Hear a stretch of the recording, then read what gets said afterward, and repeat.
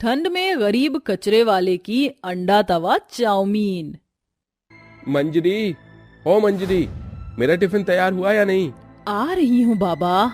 ईशा, ये टिफिन ले और अपने भाई को दे दे, उन्हें दुकान पर जाने के लिए देरी हो रही है। और हाँ, ये जैकेट भी दे दे, शाम के समय ठंड बढ़ जाती है, कहीं उनकी तबीयत खराब ना हो जाए। ठीक है भाभी। भैया, ये लो आपका टिफिन और जैकेट। विराज और उसका पूरा परिवार एक सरकारी जगह पर रहते थे। इस सरकारी जगह पर आम लोगों ने अपने रहने के लिए घर बना लिए थे। विराज अपने घर के पास में ही सरकारी जमीन पर बनी एक दुकान में काम करता था। रोज की तरह जब विराज काम खत्म करके अपने घर लौटता है तो, साहब, हम बरसों से इसी जगह पर रह रहे हैं, आज तक तो किसी भी गवर्नमेंट ऑफिसर ने आकर हमसे ये जगह खाली करने को नहीं कहा। देखिए मैडम, हमें ऊपर से ऑर्डर आए हैं और आप सभी लोगों के पास सिर्फ 1 हफ्ते का समय है।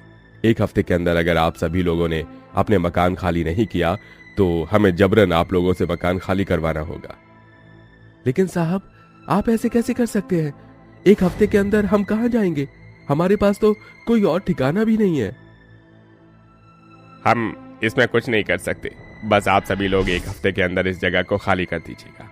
इतना कहकर वो दोनों गवर्नमेंट ऑफिसर वहाँ से चले जाते हैं। भगवान, अब हम लोग कहाँ जाएंगे? तेरे पिताजी ने बड़े अरमानों से ये घर बनाया था। जब हम लोग गांव से शहर आए थे तो हमें कहीं पर भी जगह नहीं मिली थी। उस समय यही जगह खाली थी तो तेरे पिताजी ने यहीं पर घर बना लिया। बरसों से हम यहाँ रह रहे हैं, अब हम लोग कहाँ जाएंगे? ऊपर से ये सरकार, इस सरकार को तो हम गरीबों की कोई परवाह नहीं है। ना जाने हम क्यों अपने लिए ऐसी सरकार चुनते हैं। ऐसे ही 1 हफ्ता गुजर जाता है और ऑफिसर्स के कहे मुताबिक विराज और उसके परिवार के साथ साथ वहाँ रह रहे सभी लोगों को सरकारी जगह को खाली करके जाना पड़ता है। ठंड का मौसम होता है, चारों तरफ ठंडी ठंडी हवाएं चल रही होती हैं और पूरा परिवार एक साथ सड़क पर अपने रहने का ठिकाना ढूंढ रहा होता है। लेकिन सुबह से शाम हो जाने के बाद भी किसी को कोई ठिकाना नहीं मिलता कि तभी विराज, मंजरी, वो देखो वहाँ कितना बड़ा कूड़ेदान है। यहाँ तो काफी खुली जगह है। जब तक हम सभी लोगों का कहीं रहने का ठिकाना नहीं बन जाता, हम सब यहाँ रह सकते हैं। लेकिन माँ, हम यहाँ कैसे रहेंगे? यहाँ चारों तरफ तो कूड़ा ही कूड़ा है, ऊपर से इतनी गंदी बदबू है। ईशा बेटा, गरीबी और मजबूरी इंसान को हर चीज सिखा देती है। अमरावती की बात सुन सभी परिवार वालों की आंखों में आंसू आ जाते हैं। जिसके बाद सारा परिवार उस कूड़ेदान में जाता है और एक फटा पुराना तिरपाल ढूंढकर उसी के ही नीचे ठंड से कपकपाते हुए रहता है। माँ, इस तिरपाल में तो सारी की सारी ठंडी हवा आ रही है, ऊपर से पेट में एक अन्न का दाना भी नहीं गया है। 2 दिन से हम सब लोग भूखे हैं। माँ जी, हमें कहीं ना कहीं तो काम ढूंढना होगा, वरना हम सब लोग तो इस कड़ाके की ठंड में भूखे प्यासे ही मर जाएंगे।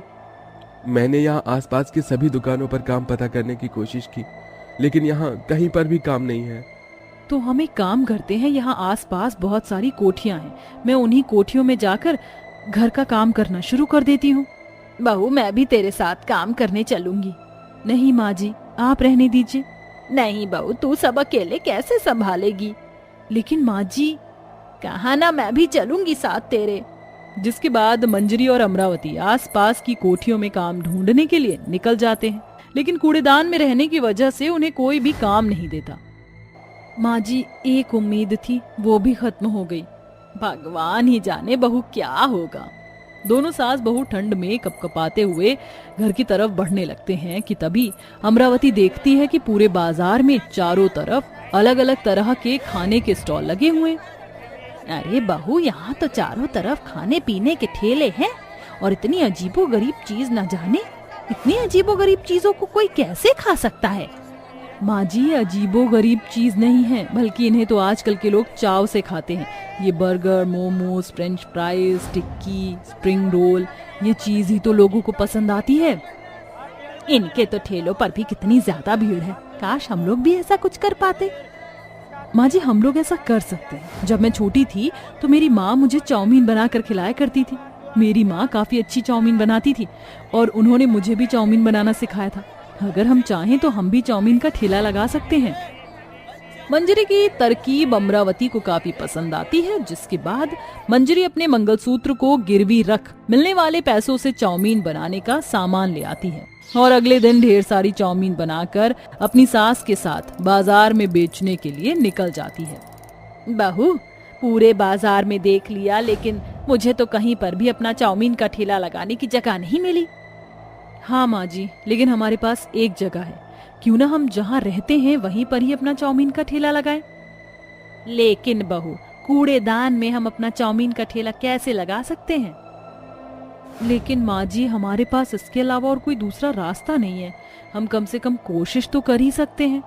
जिसके बाद दोनों सास बहू कूड़ेदान के पास ही अपना चाउमीन का ठेला लगाते हैं और आसपास की अच्छे से सफाई भी कर देते हैं। लेकिन कूड़ेदान के पास चाउमीन बेचने की वजह से कोई भी मंजरी के चाउमीन के ठेले पर नहीं आता है। पापा पापा, वो देखो वहाँ चाउमीन है, मुझे भी चाउमीन खानी है। नहीं बेटा, हम लोग वहाँ से चाउमीन नहीं खा सकते। देखो तो वो लोग कितने गंदे हैं, ऊपर से चारों तरफ कूड़े की बदबू। ये लोग तो सिर्फ सिंपल सी चाउमीन बेच रहे हैं। अगर तुम्हें सिंपल ही चाउमीन खानी है तो मैं तुम्हें कहीं और से खिला देता हूँ, लेकिन यहाँ से नहीं।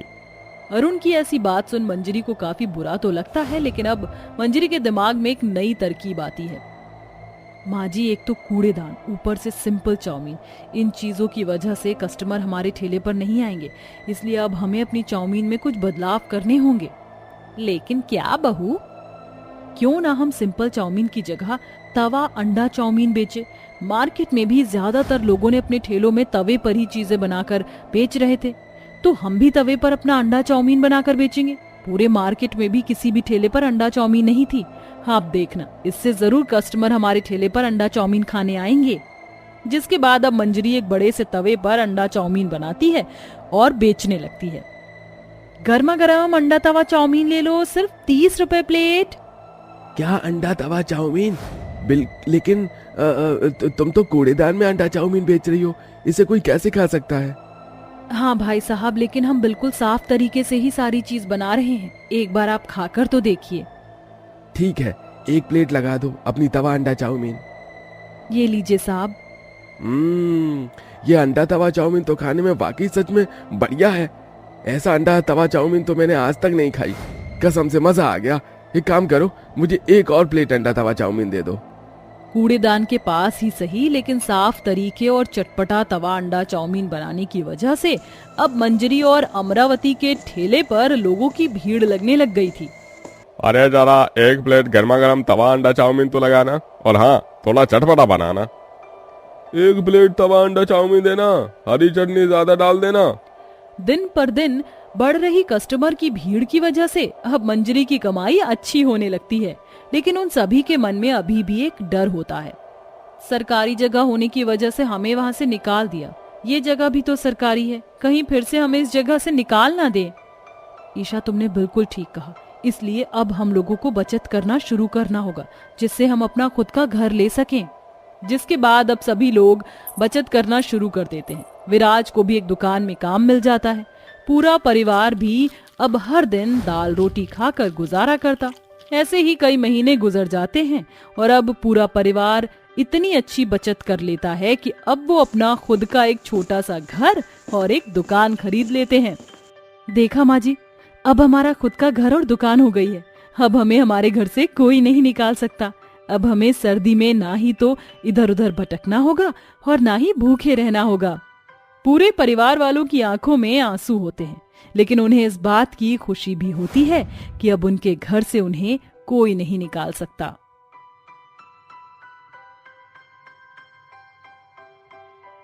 काली और गोरी प्रेग्नेंट बहू के लंबे बाल। मोनिका बहू, ओ मोनिका बहू, कहाँ है? इतनी देर से आवाज लगा रही हूँ। अरे माँ जी, क्या हुआ आपको? कुछ चाहिए था क्या? दुर्गा बहू, कब से मोनिका बहू को आवाज लगा रही हूँ, लेकिन ये है कि सुनती ही नहीं।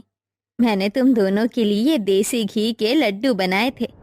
कहते हैं देसी घी खाने से बच्चा तंदुरुस्त पैदा होता है। ठीक है माँ जी, लाइए, मैं खुद भी खा लूंगी और मोनिका भाभी को भी दे दूंगी। नहीं बहू, तू रुक, मैं खुद ही जाकर दूंगी उसे ये लड्डू। देखूं तो जरा वो महारानी क्या कर रही है।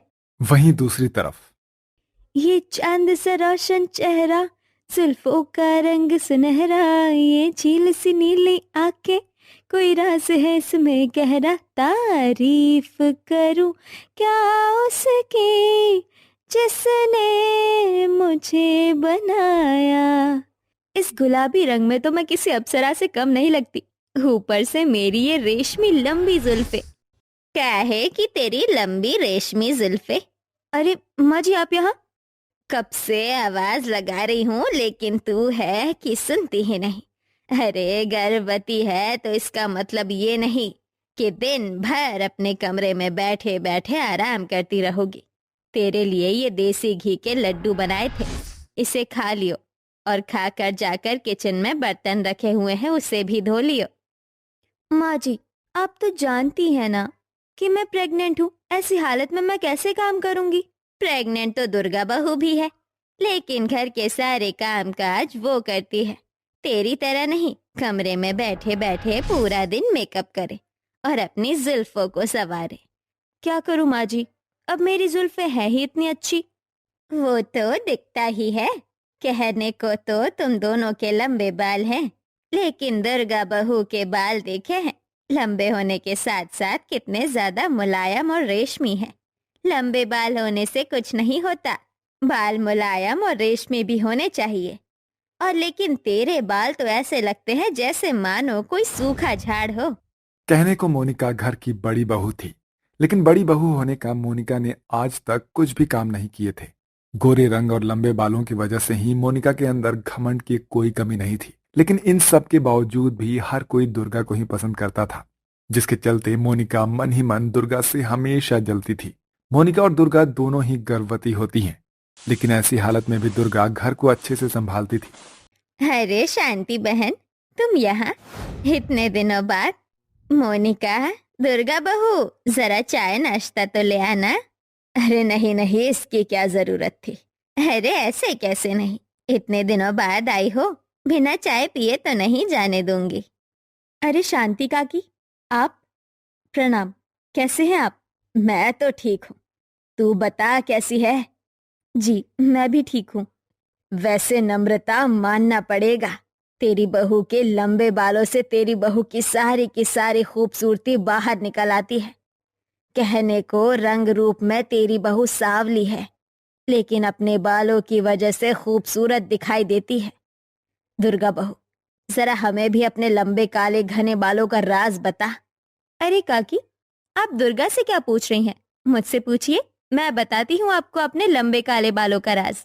ना ना मोनिका बहू, तू तो शहरी शैम्पू लगाती है, जब भी तेरे बाल दिखने में कितने रूखे हैं, लेकिन दुर्गा बहू के बाल देख, लंबे होने के साथ साथ कितने ज्यादा चमकदार है। दुर्गा बहू, तू ही बता कि तू क्या लगाती है बालों में। शांति की बात सुनकर मोनिका को बहुत गुस्सा आता है और वो मुंह बनाते हुए अपने कमरे में चली जाती है। कहने को तो दोनों ही बहुओं के लंबे बाल थे, लेकिन हर कोई सिर्फ दुर्गा के ही लंबे बालों की तारीफ करता था, जिसे देखकर मोनिका मन ही मन दुर्गा के लंबे बालों से जलती थी। ऐसे ही एक दिन, वाह दुर्गा बहू, तेरे हाथों में तो माँ अन्नपूर्णा का वास है। कसम से इतनी अच्छी पूरी भाजी तो मैंने आज तक नहीं खाई। तेरे होने वाले बच्चे तो बड़ी किस्मत वाले होंगे, जो उन्हें इतना अच्छा खाना बनाने वाली माँ जो मिलेगी। जब देखो दुर्गा दुर्गा दुर्गा, मैं तो किसी को दिखती ही नहीं हूँ। मैंने भी तो ये खीर बनाई है, लेकिन बुआ जी ने मेरी खीर की एक बार भी तारीफ नहीं की। सब इस काली कलूटन की तारीफ करने में ही लगे रहते हैं। सारी फसाद की जड़ इसके ये लंबे काले बाल हैं। अब मुझे इसके बालों का ही कुछ ना कुछ करना पड़ेगा। अगले दिन, अरे दुर्गा, तुम नहाने जा रही हो? जी भाभी, ये लो, मैंने इस बार अपने साथ साथ तुम्हारे बालों के लिए भी ये शैम्पू मंगवाया है। इस शैम्पू को लगाने से तुम्हारे बाल और घने और शाइनी हो जाएंगे। अरे नहीं नहीं भाभी, वो क्या है ना, मैं रीठे और शिकाकाई से ही अपने बाल धोती हूँ। मुझे ये केमिकल के शैम्पू सूट नहीं करते। अरे किसने कहा ये केमिकल के शैम्पू है? ये तो हर्बल शैम्पू है, जो जड़ी बूटियों से बने हुए हैं। एक बार इस्तेमाल तो करो। ठीक है भाभी, आप इतना कह रही हैं तो मैं इसे इस्तेमाल कर ही लेती हूँ। हाँ हाँ बेटा, कर इससे। तेरे बाल तेरे सर से इस तरह से झड़ने लगेंगे जैसे पतझड़ के मौसम में पत्ते पेड़ से झड़ते हैं। मोनिका ने दुर्गा को जो शैम्पू की बोतल दी थी उसमें शैम्पू की बजाय हेयर रिमूवल क्रीम होती है, जिससे दुर्गा जब भी उस शैम्पू से बाल धोती है तो उसके बाल झड़ने लगते हैं। दुर्गा अपने बालों के झड़ने की वजह से काफी परेशान होने लगती है, लेकिन मोनिका यही नहीं रुकती। एक रात जब दुर्गा अपने कमरे में सो रही होती है, आज तो इसके बालों की हजामत मैं बनाकर ही रहूंगी। इतना कहकर मोनिका कैंची से दुर्गा के बाल थोड़े थोड़े काट देती है। अगले दिन जैसे ही दुर्गा उठती है तो अपने कटे बालों को देखकर चिल्लाती है। दुर्गा के चिल्लाने की आवाज सुनकर मोनिका और नम्रता दुर्गा के कमरे में आती हैं। क्या हुआ दुर्गा बहू, तू चिल्लाई क्यों है? हे राम, तेरे बालों को क्या हुआ? पता नहीं माँ जी, पहले तो मेरे सिर्फ बाल ही झड़ रहे थे, लेकिन आज सुबह उठी तो देखा मेरे बाल कटे हुए हैं। तेरे बालों को काट कौन सकता है? किसी को तेरे बाल काट कर क्या मिलेगा? लगता है माँ जी ये उस चूहे का कमाल है। मैंने आपसे कहा था ना उस दिन कि घर में चूहे हो गए हैं। लगता है उन्होंने ही दुर्गा के बालों को कतरा है। दुर्गा बहू तू रो मत, बाल ही तो थे, वापस आ जाएंगे। चल चुप हो जा। एक तरफ नम्रता जहां दुर्गा को चुप करवाती है, वहीं ये सब देखकर मोनिका मन ही मन खुश होती है। अपने बालों के इतने खराब होने के कारण से दुर्गा अब हमेशा अपने बालों को कपड़ों से बांध कर रखती है, जिससे हर कोई उसे देखकर हंसता रहता है। लेकिन इतना सब कुछ करने के बाद भी मोनिका को अभी तक चैन नहीं था। जब दुर्गा मैडम इस हेयर ड्रायर से अपने बालों को सुखाएगी तो उसे ऐसा झटका लगेगा जिसे खाकर वो जिंदगी भर के लिए गंजी हो जाएगी। मेरी वजह से, तेरी वजह से मुझे न जाने किन किन लोगों से क्या क्या सुनना पड़ा है, लेकिन अब और नहीं। बदला लेने की आग में मोनिका इतना ज्यादा खो गई थी कि वो ये भी भूल जाती है कि दुर्गा प्रेग्नेंट है। मोनिका दुर्गा की हेयर ड्रायर की वायर कैंची से छील देती है, लेकिन शायद ये कुदरत का ही करिश्मा था कि दुर्गा ने उस दिन हेयर ड्रायर का इस्तेमाल ही नहीं किया था। अब हर्बल शैम्पू से तो मेरे बाल पहले से काफी ज्यादा अच्छे लग रहे हैं। चलो अब इसे जल्दी से सुखाकर कोई नया हेयर स्टाइल ट्राई करती हूँ। मोनिका जैसे ही उस हेयर ड्रायर को हाथ लगाती है वैसे ही उसे एक जोरदार झटका लगता है और वो चिल्लाकर बेहोश हो जाती है। मोनिका के हेयर ड्रायर के वायर को चूहे ने काट दिया था। मोनिका के चिल्लाने की आवाज सुनकर दुर्गा मोनिका के कमरे में जाती है। हे राम, ये क्या हो गया? अब मैं क्या करूँ? घर में तो कोई भी नहीं है, माँ जी भी मंदिर गई हुई है। दुर्गा इतना बोल ही रही थी कि तभी अचानक से दुर्गा को लेबर पेन शुरू हो जाता है।